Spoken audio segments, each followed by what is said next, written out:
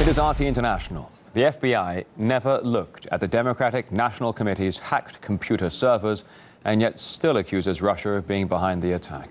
That's according to an article published online by BuzzFeed News.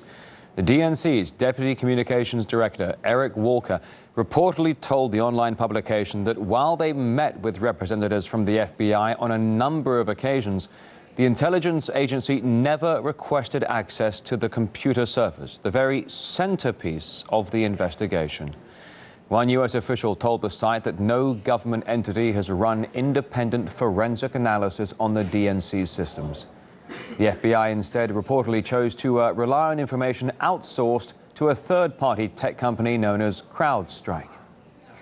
Well, the most recent report released by the FBI again points the finger at Russia for having hacked the DNC. A White House spokesperson was questioned on Wednesday on the lack of proof presented in this document. Included in that report were specific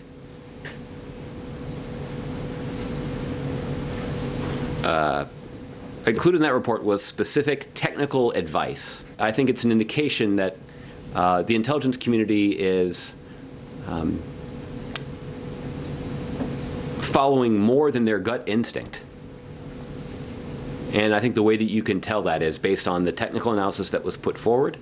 It doesn't mean that there isn't additional evidence out there. I'm sure that there is. But there is a priority that's placed on protecting sources and methods. It's such a silly, transparent attempt to deflect attention from the real issues. What we know about the NSA and its systems capabilities is that if it was in fact obtained by a Russian government asset, that the NSA would be able to know that very quickly and immediately. It provided absolutely not a shred of evidence that there was in fact a connection between the government of Russia and Julian Assange's outfit right now, who's the one who disseminated those emails.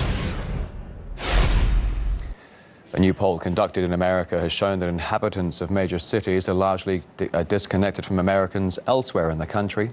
Caleb Moppan reports. A new study suggests that people living in urban areas of America, New York, San Francisco, and here in Washington, D.C., live in a kind of bubble that disconnects them from ordinary Americans. We wondered if this also means that they live in a news bubble in which certain information is filtered out. We decided to put our theory to the test here on the streets of Washington, D.C. with a little news quiz of our own. So tell me, true or false, that Russia hacked into a computer system in Vermont and exposed a security breach in the electrical grid?